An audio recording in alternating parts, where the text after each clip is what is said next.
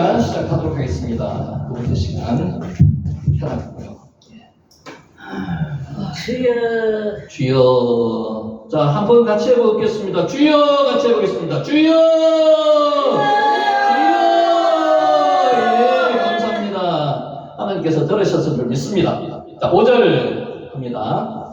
예, 아브라함이 종들에게 이르되 너희는 나귀와 함께 여기에 기다리라. 여기에 남아있으라고 이야기한 게 동력성 맞다고 말씀드렸죠. 내 아이와 함께 가서 저기 가서 예배하고 샤하고 우리가 너희에게로 돌아오리라. 자, 여러분 주의할 것. 여러분 많이 알고 계십니다. 이 내용에 대해서는. 누가 돌아온다고요? 아이는 번제로 바치고 나만 돌아오겠다 이런 뜻 아닙니다. 아브라함과 아이가 이삭이 같이 돌아오겠다는 데 우리가 너희에게로 돌아오겠답니다. 이 믿음이 어디서 났을까요? 하나님에 대한 믿음입니다.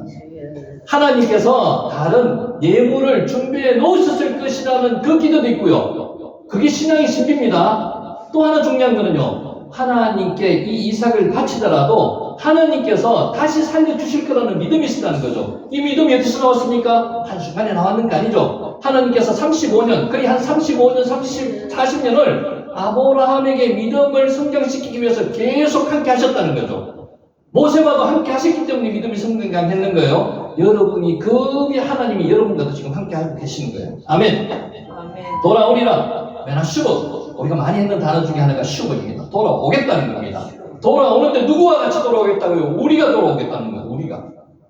자, 개역 개정 성경에서처럼 원문을 보면은 1인칭 복수 건교형으로 지금 되어 있습니다. 돌아오리라. 자, 문장을 직역하면요. 그리고 우리가 돌아올 것이다. 우리가 돌아옵니다. 우리가. 다시 말해서 아브라함은 모리아 산에서 자신의 사랑하는 아들 이삭이 이름이 뭐라 그랬죠? 아까 우리가 웃었잖아요. 이차크. 하하하하. 이게 이삭 이름입니다. 이차크. 아들 이삭을 번제로 드리러 가면서도 번제를 끝내고 돌아온다는 겁니다. 혼자만 아니고요. 아들과 같이. 우리로 말해주가 뭔가 하면요. 우리랍니다. 우리로. 복수형으로 사용되고 있다는 거죠. 이게 믿음입니다, 여러분. 이런 믿음이 있어야 돼요. 자신과 자신의 아들이 함께 같이 돌아오겠다는 겁니다. And then we have come back. 우리가 돌아오겠다는 우리가. 이게 믿음입니다. 여러분, 이 믿음 있으시기 바랍니다. 슈버, 돌아온다는 것입니다. 돌아오다. 회개하다도 슈버입니다. 슈버, 돌아오다. 돌아와야 됩니다. 여러분, 너무 멀리 가면요, 돌아오지 못합니다. 이게 회복 탄력성이거든요. 고무줄을 쭉 늘렸는데 어느 정도 회복 탄력성 안에서는 고무줄이 늘어났다가 다시 원상태로 돌아가는데요. 이게 회복 탄력성을 벗어나면 못 돌아옵니다. 그게 하나님과의 기도를 안 하고 하나님과의 관계가 형성 안 되면 못 돌아온다는 겁니다. 그래서 항상 우리는 하나님 앞에 있어야 된다. 슈브. 자, 그렇다면 아브라함이 이삭을 번제로 드리지 않겠다는 의미로 이런 말을 했단 말입니까? 아닙니다. 지금 아브라함의 마음을 잘 한번 생각해 보시기 바랍니다. 여러분이 아브라함이라고 생각을 하면서 말씀을 한번 보시기 바랍니다. 아브라함은 이삭 번제가 방해가 될까봐 해서 종을 잠시 속였다는 의미도 맞을 겁니다. 그들에게 그렇게 이야기했습니다. 잠시 여기 남아있으라고, 기다리라고. 해석을 했는가 하면 이삭이 죽더라도 그를 요구하신 하나님이 반드시 다시 살리실 것을 확신하는 아브라함의 탁월한 신앙 고백이라는 견해도 있습니다. 여러분, 이 믿음이 어디서 났을까요? 아브라함이 처음에 가나안에 들어올 때 75세 때 이 믿음이 있었을까요? 아닙니다. 이 믿음은 아브라함의 믿음이 아닙니다. 하나님께서 믿음을 성장시켜 주셔서 지금 이 믿음이 있는 겁니다. 지금 여러분 믿음이 약하시죠? 겨자씨 하늘만큼의 믿음도 없으시죠? 겨자씨 하늘만큼의 믿음이 대단합니다. 그 믿음이 어디서 생길까요? 하나님이 만들어주시는 믿음입니다. 지금 집사님이 믿음이 없더라도요, 하나님께서 어떤 사건을 통해서 믿음을 성장시켜 주시는 거예요. 그게 아브라함에게 주신 하나님의 믿음이라는 겁니다. 우리한테도 똑같은 믿음을 주실 겁니다. 우리는 히브리 기자가 이삭을 드리는 아브라함의 행위를 믿음으로 규정하고 있습니다. 아브라함이 죽은 자 가운데서 살리시는 하나님의 능력을 믿었다고 기록했던 점에서 후자의 견해를 받아들이기가 더 낫다는 겁니다. 죽었더라도 하나님께서 다시 살려주실 거라는 그 믿음이 있습니다. 자, 6절. 아브라함이 번제나무를 가져다가 그의 아들 이삭에게 지우고 자기는 불과 칼을 손에 들고 두 사람이 동행했답니다. 여러분, 이 9절에서 뭘 여러분은 주의 깊게 한번 보셔야 된다 하면 동행했다는 거예요. 동행. 이 동행이 중요합니다. 동행이 할라크, 가치가 없다는 의미거든요. 그런데 동행은요, 뜻이 맞지 않으면 동행을 할 수가 없습니다. 뜻이 맞아야지 동행하는 거죠. 뜻이 맞아야 됩니다. 그러면 두 사람이 동행했다는 거는요, 두 사람이 뜻이 맞았다는 겁니다. 아들하고요? 네. 뜻이 맞다는 게 무슨 말입니까? 아들도 자기가 번제가 될 거라는 거에 대한 어떤 마음이 들었을 거고요. 그것까지도 받아들일 수 있었다는 거예요. 이 믿음이 어디서 나왔을까요? 아들의 믿음이 아버지를 보고 나왔다는 거죠. 아버지의 삶을 보고 이 믿음이 나왔다는 거예요. 그래서 가정생활이 그만큼 중요하다는 겁니다. 여러분의 생활을 보고 여러분 자제들이, 여러분의 배우자들이 그것을 믿음으로 받아들인다는 겁니다. 혹시라도 하나님 앞에 아직까지 구원받지 못한 가족들이 있으니까 여러분이 하나님과의 만난 그 진솔한 삶이 나타나면 그분들도 구원을 받을 수 있습니다. 말로 해가지고 구원을 받는다? 어렵습니다. 삶이 예배가 되면 구원을 받을 수 있다는 거죠. 이 아들을 보면은 그런 마음을 가져야 됩니다. 이삭이 지금 그랬다는 거죠. 아버지가 설령 나를 제물로 바치더라도 아버지가 믿는 하나님이라면 나를 분명히 다시 살려낼 것이라는 그 믿음이 아들도 있었다는 겁니다. 그 믿음이 대단한 믿음 아닙니까? 그것을 우리는 이 성경 내에서 이 6절에서 파악해내야 된다는 거예요. 동행이라는 게 그만큼 중요하다는 겁니다. 자, 번째 나무를 이삭에게 지우고 나무를 지을 정도 되면은요, 나이가 상당히 들었다는 겁니다. 보통 이때 이삭의 나이를 16세 내지 17세라고 생각을 합니다. 아브라함의 나이는 그럼 몇 세입니까? 116세 내지 117세입니다. 100세 때 아들을 낳았으니까. 그러면 누가 힘이 세겠습니까? 아들이 힘이 세죠. 근데 아들은 지금 무슨 생각을 하고 있어요? 아버지가 나를 설령 제물로 바치더라도 내가 바쳐줘야지. 그죠? 그렇기 때문에 이거를 받아들일 수 있는 거고 동행이라는 이야기가 될 수 있는 거예요. 그러면 아들이 아버지 나 싫어요. 도망갑니다. 아버지가 잡고 결박할 때 이게 잡혀집니까? 안 잡혀집니다. 아들이 믿음이 있다는 거예요. 아버지에 대한 믿음이 있다는 거예요. 그게 삶에서 하나님을 예배했다는 아브라함의 예배가 이 아들한테도 전해졌다는 거예요. 여러분의 행동 하나하나가 여러분의 식구들한테, 가족들한테 미치지는 겁니다. 그러면은 이런 고백이 나와요. 당신이 믿는 하나님이라면 나도 믿고 싶다. 집사님이 믿는 하나님을 집사님의 동생이나 형이 믿고 싶다는 이야기가 나와야 됩니다. 그러려면 어떻게 해야 돼요? 가식적인 행동이 아닌 거죠. 내 삶이 예배가 돼야 됩니다. 그렇지 않습니까? 보겠습니다. 당시 이삭의 나이는 이스마엘이 쫓겨났을 때와 비슷한 16, 7세 정도로 추정합니다. 혈기 왕성하죠. 힘도 있습니다. 아버지 그 정도 뿌리칠 수 있습니다. 166세, 117세, 116세 된 아버지가 무슨 힘이 있겠습니까? 따라서 이삭은 능히 번제에 사용할 묵은 나무단을 칠 수가 있었습니다. 나무단만 칠 수 있었을까요? 뿌리칠 수도 있었을 거예요. 도망갈 수도 있었습니다. 한편 청년 이삭의 어깨 위에 자신이 태울 번제나무를 치고 가는 이 장면은 무슨 장면을 우리가 연상하셔야 되는가 하면요. 장차 자신이 달려 돌아가실 십자가를 지고 골고다 언덕을 오르시게 될 예수 그리스도의 희생의 그림을 예표하는 것이라고 볼 수 있습니다. 여러분, 예수님이 십자가를 지고 가는 그 모습이 그냥 우리는 통상적으로 어릴 때부터 보통 봐왔기 때문에 그렇게 보시죠. 아닙니다. 그 창조주가요. 누가 우리를 인간을 만드셨습니까? 창조하셨습니까? 하나님이 창조하셨습니까? 하나님, 그 하나님이 성부, 성자, 성령 하나님, 삼위 하나님이 만드셨는데 그 하나님 본인이 십자가를 지고 지금 죽으러 가시는 거예요. 이런 하나님이 어디 계십니까? 없습니다. 우리 인간의 종교, 인간의 머릿속에 생각하는 신은 이런 신이 아닙니다. 누가 이 모습을 스스로가 만드셨어요? 하나님 본인이 만드셨어요. 본인이 우리 죄를 위해서 십자가에 달려 돌아가시는 거예요. 그 모습을 상상하시면요, 내가 하나님의 은혜에 감사 안 할 수가 없다는 거죠. 그 모습을 생각하시면요, 그 모습을 생각하시면 내가 지금 겪고 있는 고통은 하나님께서 미리 겪어보셨다는 거예요. 그래서 나의 겪는 고통은 하나님께서 다 알고 계시다는 거죠. 그 믿음이 있어야 된다는 거예요. 우리 예수 그리스도의 희생의 한 그릇 한 걸음이 오늘 이삭이 이 번제드릴 나무를 치고 올라가는 그 모습을 연상해 보시기 바랍니다. 숨이 두다는 뜻입니다. 두다. 이 숨이 어디 나왔는가 하면요, 아담과 하와를 에덴의 동산을 창설하시고 거기에 하나님께서 두셨습니다. 그게 숨입니다. 여러분을 오늘 이 자리에 하나님께서 두셨습니다. 여러분이 마음대로 나오신 거죠? 아닙니다. 하나님께서 이삭에게 두셨기 때문에 나오신 것 같아요. 아니, 딱 정답입니다. 집사님 혼자서 마음대로 이 자리에 나오시는 거 아니에요. 하나님 그 마음을 주셨습니다. 그래서 마음을 주셔서 여기에 두셨습니다. 그게 숨입니다.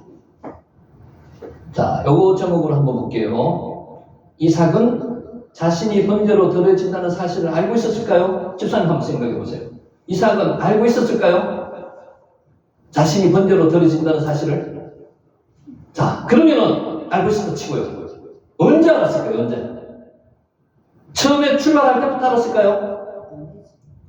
한번 생각해 보세요. 자, 어렴풋이라도 생각을 할 수 있을 것 같아요. 아니, 이거 정답은 없습니다. 왜 그렇게 생각하는가 하면요. 나무도 있고, 번제 드릴 나무도 있고요. 불도 있습니다. 근데 번제물이 없습니다. 근데 이삭이 지금 번제를 한 번만 드릴까요? 어렸을 때부터 아버지가 번제 드리는데 계속 참석을 했을 겁니다. 재물도 있고, 나무도 있고, 불도 있어야지 번제를 드리거든요. 근데 없습니다. 이상하게 생각을 했을 거죠. 아버지가 왜 그러시지? 의아하게 생각했다는 거예요. 그래서 3일이 중요하다는 거예요. 3일은 아버지만 죽는 시간이 아닙니다. 모리아 산에 가기 전까지 한 20시간 거리는 거리거든요. 75km. 어떻게 생각하면서 그랬을까요? 아버지는 분명히 자기 자신을 죽였을 겁니다.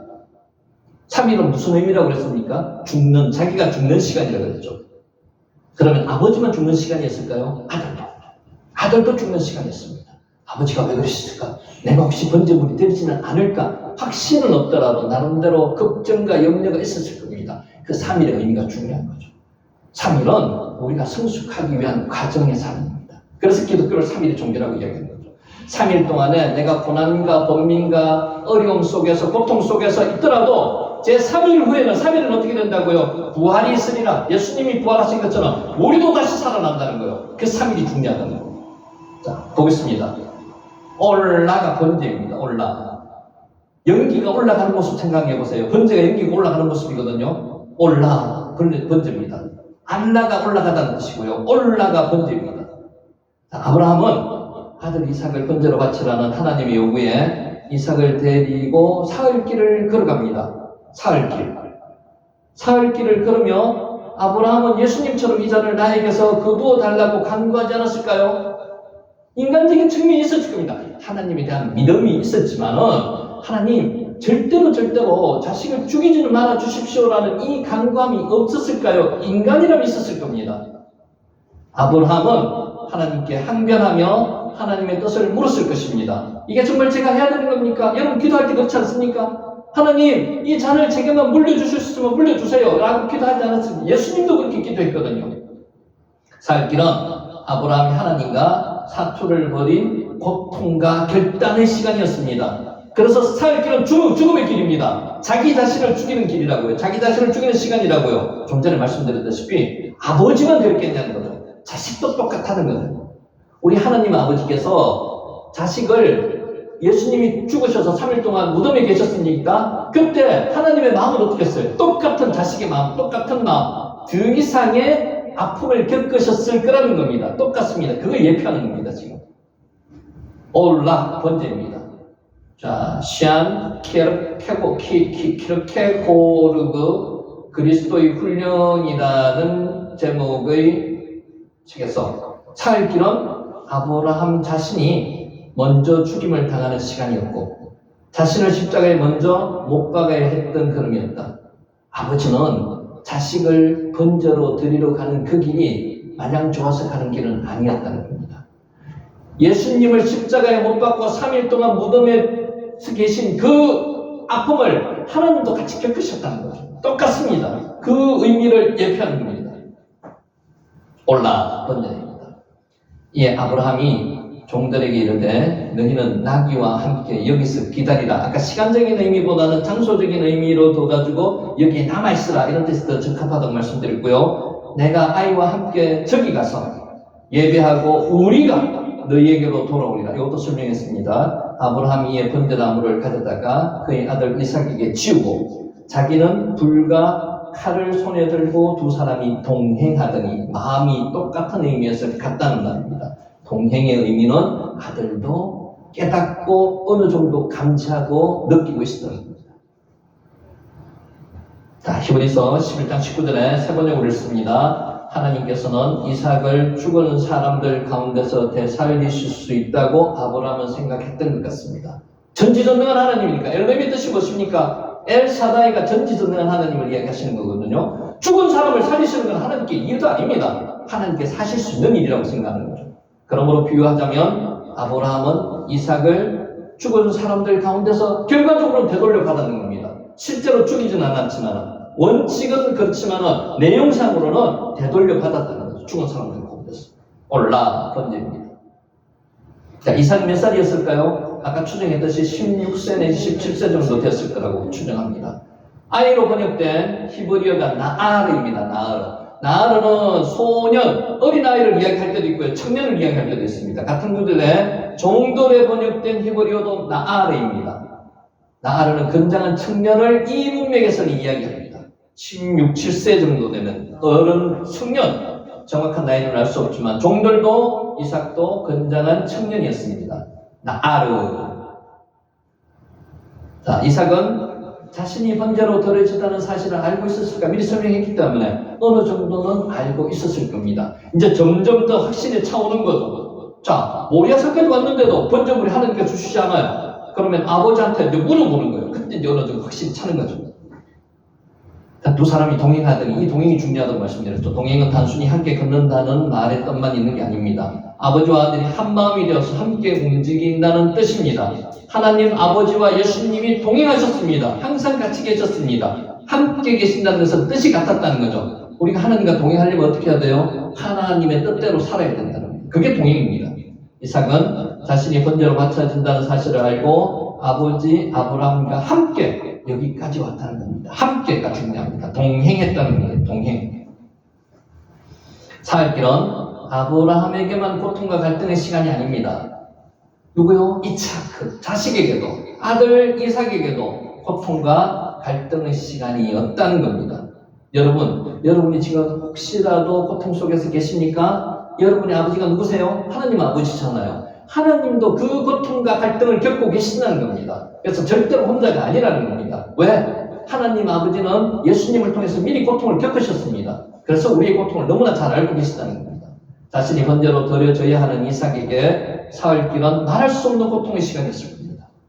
이삭은 사흘길을 걸으면서 자기 자신도 지금 죽는 거예요. 자기의 뜻을 비우고 하나님의 뜻에 순종하기 위한 사투를 벌였다는 것을 짐작할 수 있습니다. 그러니까 아버지만 일반적으로, 아들만 일반적으로 고통을 겪는 게 아니고요. 아들이 겪는 고통은 아버지도 겪으신다는 겁니다. 우리가 겪는 고통은 하나님 아버지도 지금 고통을 나와 함께 같이 겪는다는 겁니다. 그래서 내가 절대로 나 혼자만 아니라는 겁니다. 사람은 모릅니다. 몰라요. 사람은 내가 겪는 고통을 내 배우자도 모릅니다. 근데 하나님은 알고 계시다는 거죠.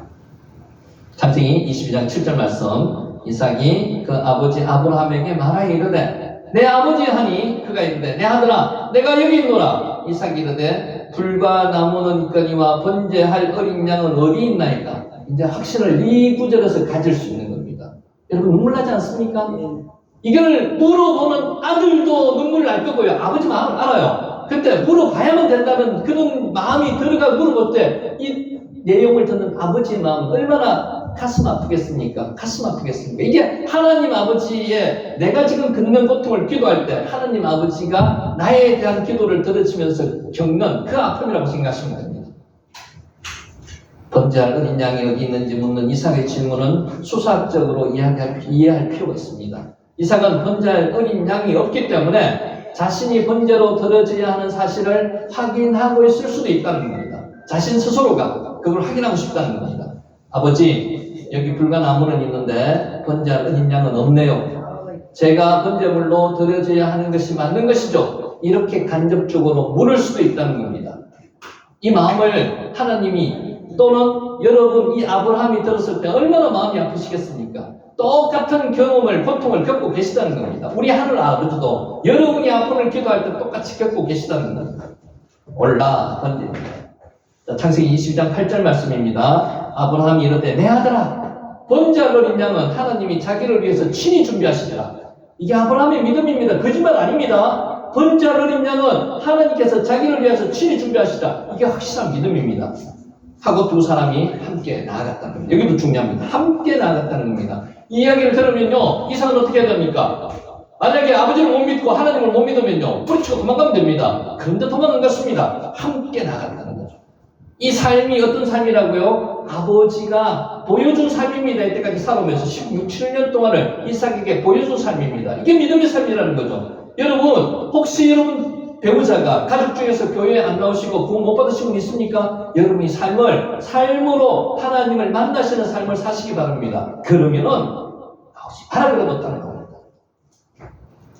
아브라함은 번제로 바칠 어린 양은 하나님이 자기를 위하여 친히 마련하신다는 믿음이 있었습니다. 아브라함만 믿음이 있었습니까?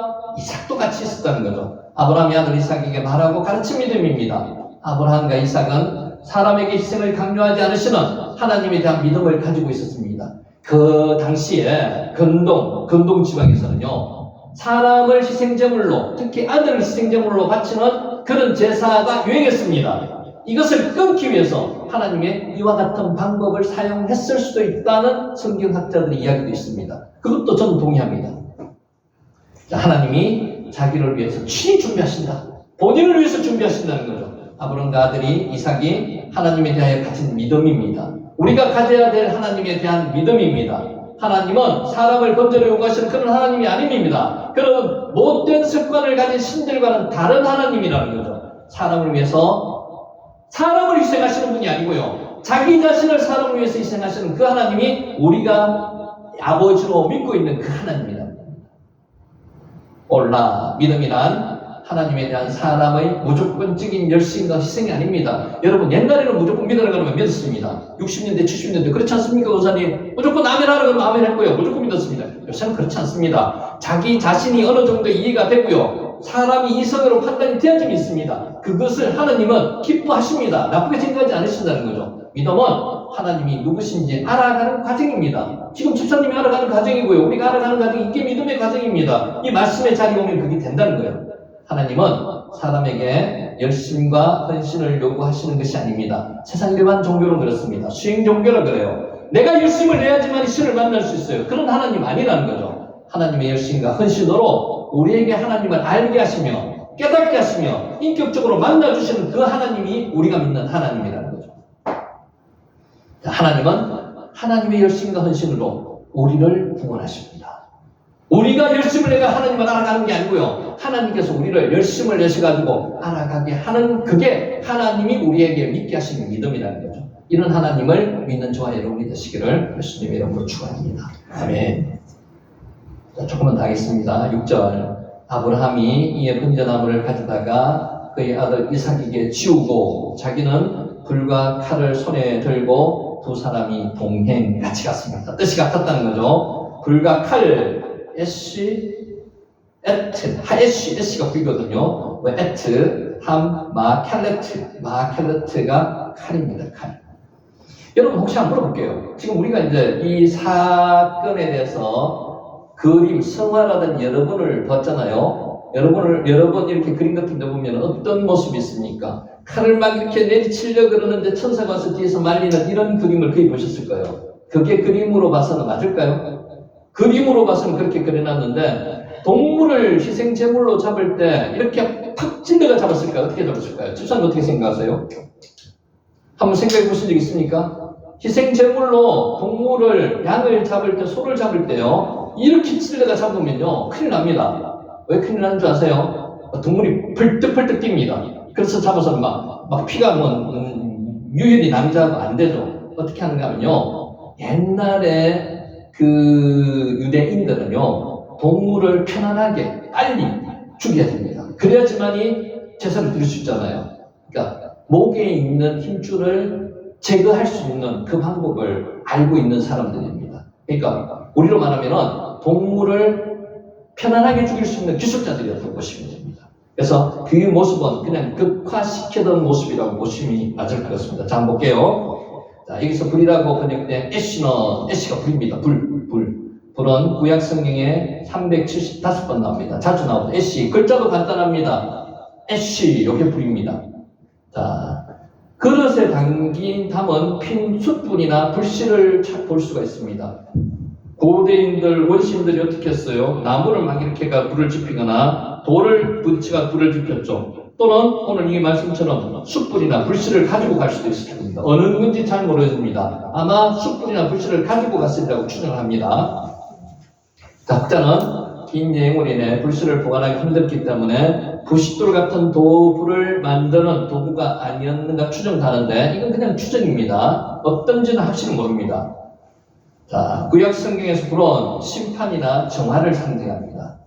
깨끗하게 만드는 게 불이라는 거죠. 깨끗하게. 정화. 심판을 나는 것도 정합니다. 그래서 불심판이 언제 일어났습니까? 유황 불심판이 소돔과 고모라에 생겼지 않습니까? 그게 심판입니다. 불. 심판이나 정화를 상징하는 게 불입니다. 불. 애쉬. 이게 불이라는 뜻이죠. 불. 애쉬. 애쉬. 마켈레트. 요 단어 좀 있습니다. 한번 볼래요? 아칼이라는 게 먹는다는 단어거든요. 요게 마가 맴을 씹는 게 요게 도구 전치사입니다. 먹는 도구, 먹기 위해서 잡을 도구, 이게 칼이라는 겁니다. 마켈레트. 요게 칼입니다. 칼. 칼인데 어떤 칼인가 하면요. 동물을 잡는 칼. 요게 제의용 칼이라고 하는 게 요게 마켈레트, 도구, 칼입니다. 자, 특히 이사야 6장 6절에서 8절, 여러분이 잘 아시는 이사야 6장에서 6절에서 8절 아시죠? 성전에 하나님의 두루마기가 가득한 그 사건. 불은 하나님께서 이사야를 사용하시기 전에 그의 입에 대어서 죄를 정결하게 했다는 겁니다. 그 악을 제거하는 데 사용되었다는 게 불입니다. 정화시키는 기능이 있다는 거죠. 이사야는 불로 정결케 된 후에 하나님 앞에 크게 쓰임 받는 구약의 가장 위대한 선지자가 되었다는 겁니다. 자, 본문에 아브라함이 들고 가는 불에도 이런 정화적인 이미지가 적용될 수가 있습니다. 아브라함은 실수를 많이 했습니다. 그런데도 하나님께서 들어가지고 믿음의 조상으로 만들어 주셨습니다. 자기의 믿음 때문입니까? 좀 전에도 계속 말씀드렸듯이 하나님이 그 믿음을 만들어 주셨다는 거죠. 우리가 여기 와 있는 이 믿음이 우리 믿음 때문입니까? 하나님이 만들어 주신 믿음입니다. 앞으로 더 강하게 믿음을 만들어 주실 겁니다. 자, 아브라함은 하나님의 약속에도 불구하고 아내 사라의 말을 듣고 하갈을 취해서 아들을 낳았습니다. 이것도 아브라함의 실수거든요. 이런 것도 이 불을 아브라함이 지금 들고 가고 있는 겁니다. 정화, 깨끗하게 해 주실 것이라는 그 예표적인 사건이라고 보심이 맞습니다. 자, 여기까지 하고 말씀을 정리하도록 하겠습니다.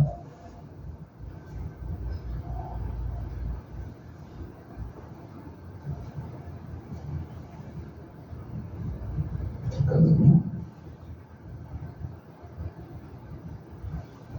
예, 여기 정리하겠습니다. 자, 요 제목으로 마지막 말씀을 듣겠습니다. 여러분 지금 기도는 어떤 기도하고 계시는지 한번 묻고 싶습니다. 저는 노년기라고 생각 안 하는데 여러분 노년기라고 생각할 수도 있으니까 요 말씀을 한번 가져왔습니다. 하나님의 사람들은 인생의 각 단계를 지날 때마다 기도가 조금씩 달라집니다. 자, 요런 기도가 있습니다. 시편 72편 9절에 나오는 기도입니다. 내 힘이 쇠약할 때 나를 떠나지 마소서. 지금 하나님께 하는 기도입니다. 힘이 쇠약할 때 하나님이 꼭 같이 있어 달라는 겁니다. 여러분 이제 조금 나이가 들수록 움직임이 거동이 불편해지십니다. 힘도 약해지십니다. 누가 함께 계셔야 돼요? 하나님께 함께 계셔야 돼요. 그때도 하나님이 함께 계셔야 됩니다. 그때가 더 필요한 거죠. 그래서 이 기도를 하고 있습니다. 키클로트, 코이, 알, 타즈베니. 내 힘이 쇠약할 때 나를 떠나지 마소서. 키클로트, 카나가 끝나다는 것은 가능하다, 끝나다, 쇠약할 때. 코이가 힘입니다. 알이 부정을 뜻하는 전치사이고요. 타즈베니, 아자브가 떠나다는 겁니다. 아자브가. 그래서 키클로트, 내 힘이 쇠약할 때 나를 떠나지 말라는 겁니다.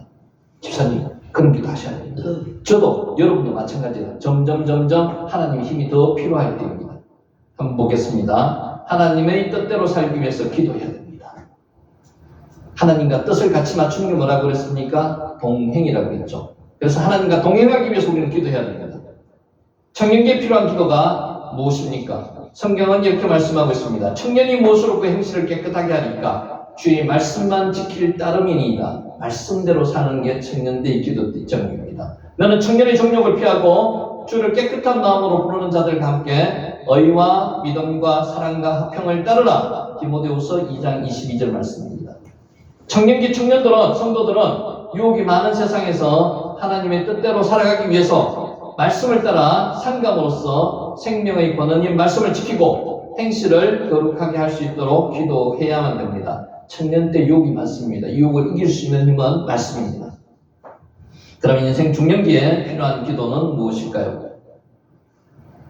자, 중년기를 나이로 딱 이야기하기는 어렵습니다. 지금 그런데 나이로 봐서는요, 80대까지를 중년대로 넣을 수도 있습니다. 생각하시기 나름입니다만 저는 여러분을 중년으로 봅니다. 여러분이 이 기도가 필요하십니다. 중년기에는 스트레스를 많이 받는 때입니다.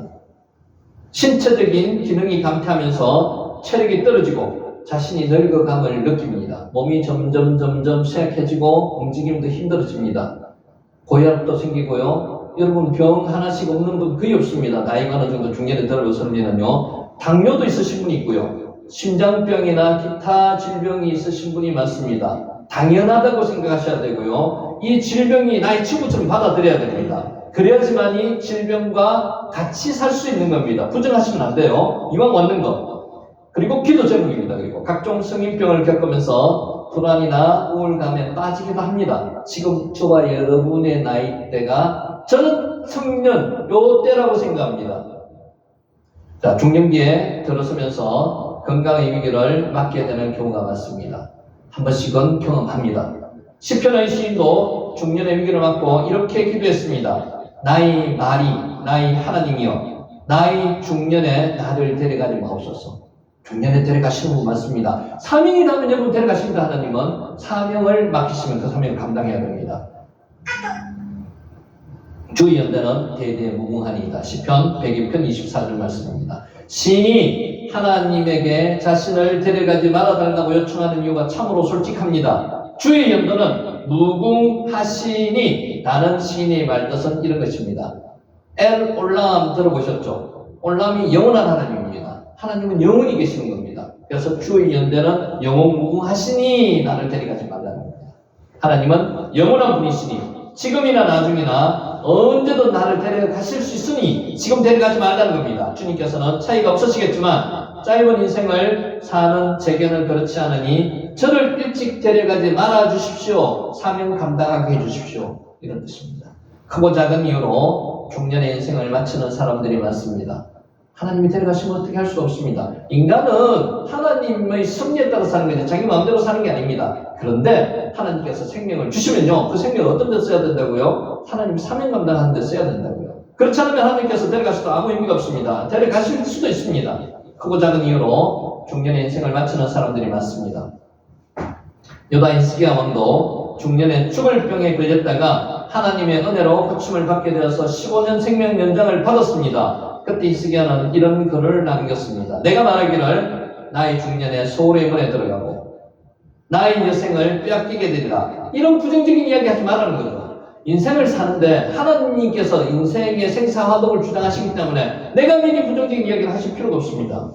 그래서 이제 옛날 어른들 잘 하시는 말 계시죠? 죽겠네 그러는 거. 그런 이야기 함부로 하시면 안 된다는 거죠. 말 자체를, 그러니까 삶이 예외가 된다는 거는요, 내가 말이 바뀌어야 되는 거예요. 생각이 바뀌어야지 말이 바뀌는 거죠. 이 바뀌는 여기서부터 하나님이 함께 하신다는 거예요.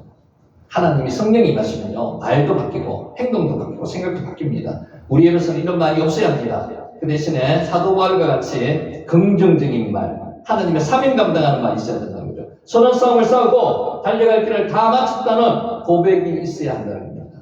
요즘 노년에 들어선 분들이 노후 준비가 되어 있지 않아서 크게 걱정하고 염려하는 분들이 많습니다. 여러분, 아까도 제가 말씀드렸듯이 여러분은 노년을 몇 세부터 생각하십니까? 점점 시기 나이가 늘어났습니다. 그래서 요새는 거의 100세에서 100세 이상까지도 생각을 하시는 분들이 많습니다. 그래서 노년은 저는 90세 이상이라고 생각합니다. 사람에 따라서 틀리겠지만, 그래서 여러분은 노년이라고 생각하지 마시기 바랍니다. 자, 노년에는 이런 기도를 합니다. 현실적으로 그럴 수는 없지만은 하나님 아버지를 믿고 염려와 불안을 떨쳐버려야 합니다. 걱정만 하고 있어서는 안 된다는 거죠. 노년기에 들어서 시편의 한 시인은 하나님께 이런 기도를 했습니다. 늙을 때 나를 버리지 마시고. 이게 하나님께 대한 기도입니다. 이게 뭐라고요? 알 타슐리케니 레에트 자르나 지크나. 늙을 때 나를 버리지 말라는 거죠. 청년 때 하나님께서 함께 하셨습니다. 중년 때도 함께 하시고요. 장년 때, 노년 때 함께 하시기를 기도하는 겁니다. 근데 하나님은 당연히 그래 함께 하시죠. 영원한 하나님이시기 때문에. 늙을 때 나를 버리지 마시며 알 타실리 캐니 레트 치크나. 그리고 내 힘이 쇠약할 때 나를 떠나지 마소서. 이게 앞에 이야기했던 내용입니다. 키클로트 호히 알 타즈메니. 내 힘이 쇠약할 때 나를 떠나지 마소서. 이 기도 한번 하셔야 됩니다. 하나님이여, 내가 늙어 백발이 될 때까지 해도 나를 버리지 마시고, 내가 주의 힘을 후대에 전하고 주의 능력을 장래의 모든 사람에게 전하기까지 나를 버리지 마소서. 이 말씀은요, 늙어서 이 세상에 끝날까지 하나님께 나를 버리지 말아달라는 겁니다. 이 목이 있으면 얼마나 좋겠습니까? 하나님께서 이 세상에 숨이 멎을 때까지 같이 함께하여 주시고요, 이 세상에서 끝나면은 저 하늘에서도 같이 하시는 하나님. 그 하나님이 어떤 하나님이에요? 올람, 올람의 하나님, 영원하신 하나님. 자, 노년기에 들어선 사람에게는 이런 기도가 필요합니다. 그러면 이런 기도에 대해서 하나님은 어떻게 응답하실까요? 우리가 기도했습니다. 하나님 응답하실 거 아닙니까? 이 응답을 받으셔야 된다는 거죠. 성경은 이렇게 말씀하고 있습니다. 야곱의 집이요, 이스라엘 집에 남은 모든 자여 내게 들을지어다. 배에서 태어남으로부터 내게 안겼고 태어날 때부터 하나님께서 안겨 있었다는 겁니다. 태에서 남으로부터 내게 업힌 너여. 하나님 어떻게 하고 계신다고요? 어릴 때부터, 태어날 때부터 업고 안고 여러분을 키우신다는 겁니다.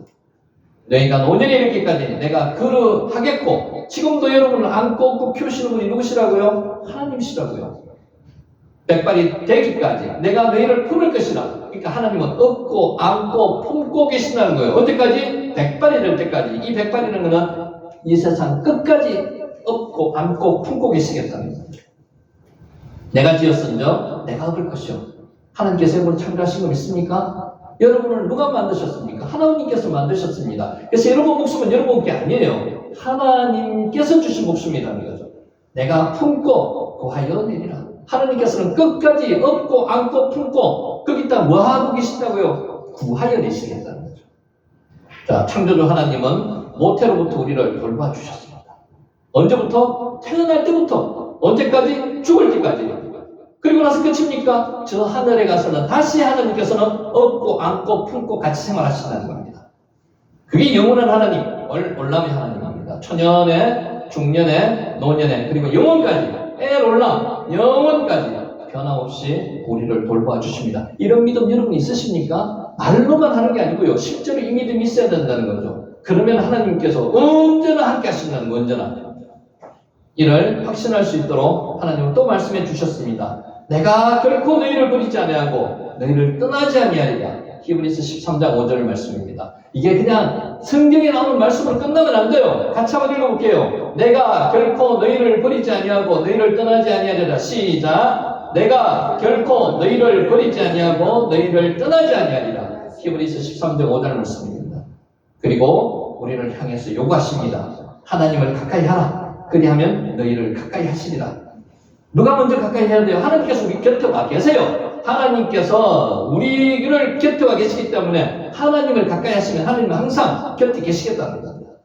시인 페리 탱슬리가 강문기기라는 시를 썼습니다. 오랜 세월을 하루같이 일어나 진저서시면, 여러분도 지금 하고 계시죠? 새벽기도 똑같습니다.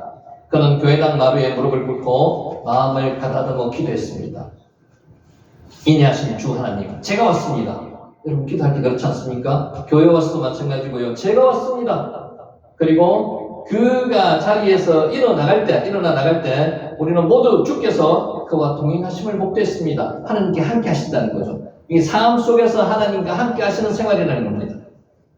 고로 그가 연로하여서 허약해졌고 끝내는 알아눕게 되어서 평생 그를 지탱했던 지팡이도 지쳤고, 지금은 그가 다니던 교회의 지름길마저 끊겼으나 이제는 꼭두 새벽마다 그의 골방에 귀에 익은 한 음성이 찾아옵니다. 이 음성이 누구 음성입니까? 하나님의 음성입니다.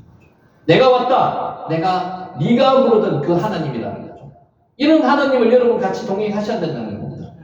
고독한 노년기를 맞이하셨다면 온전히 하나님 안에서 살아야 합니다. 아니요, 고독한 노년기를 마련했다는 것은 하나님이 없다는 겁니다. 하나님이 안 계시다는 거예요. 하나님과 동행하면 고독하지 않습니다. 여러분 혼자라고 절대로 생각하지 마세요. 하나님이 같이 함께 하시는 거예요. 하나님 어떻게 함께 하신다고요? 업고 안고 품고 계시는 하나님과 여러분 동행하고 계시는 겁니다.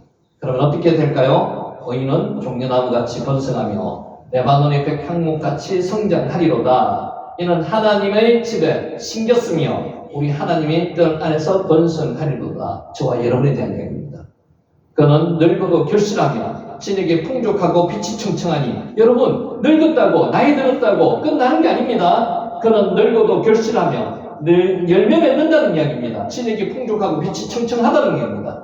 하나님의 말씀이 우리 안에 풍성하고 성령님이 충만하면 하나님의 사람들은 늙어도 결실하며 빛이 청청할 수 있습니다. 여러분 아까 우리 처음에 이야기할 때 모세 이야기했습니다. 모세 나이 80에 하나님께서 들어서 사용하셨고요. 40년을 사용하셨습니다. 120년 동안 사용하셨습니다. 그게 성경 속에 나오는 이야기만 끝나는 이야기 아닙니다. 저와 여러분에게 하나님이 지금부터 역사하셔서 하나님의 사명을 감당하신다면 여러분 그 사명을 감당하셔야 됩니다. 감당하시라고 이야기해요. 그 사명이 뭡니까? 사람마다 다릅니다. 잘 모릅니다. 그런데 뭐라고 답하셔야 되죠? 하나님이 부르시면요, 힘내니 제가 여기 있습니다. 답변하시고요. 그 답변에 따라서 하나님과 동행하시는 귀한 삶을 사시는 저와 여러분이 되시기를 예수님의 이름으로 축원하면서 오늘 강의를 마칩니다. 기도드리겠습니다.